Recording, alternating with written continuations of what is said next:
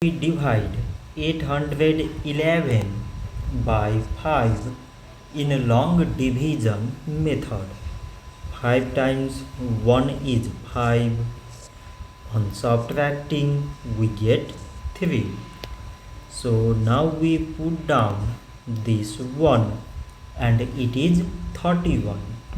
5 times 6 is 30. On subtracting, we get 1. So again we put down this 1 and it is 11. So 5 times 2 is 10. On subtracting, we get 1. So now we have no any other number to put it down. So we take here decimal, so that we put 0. So it is 10 and 5 times 2 is 10. On subtracting, we get 0. So 811 divided by 5 is 162 decimal 2.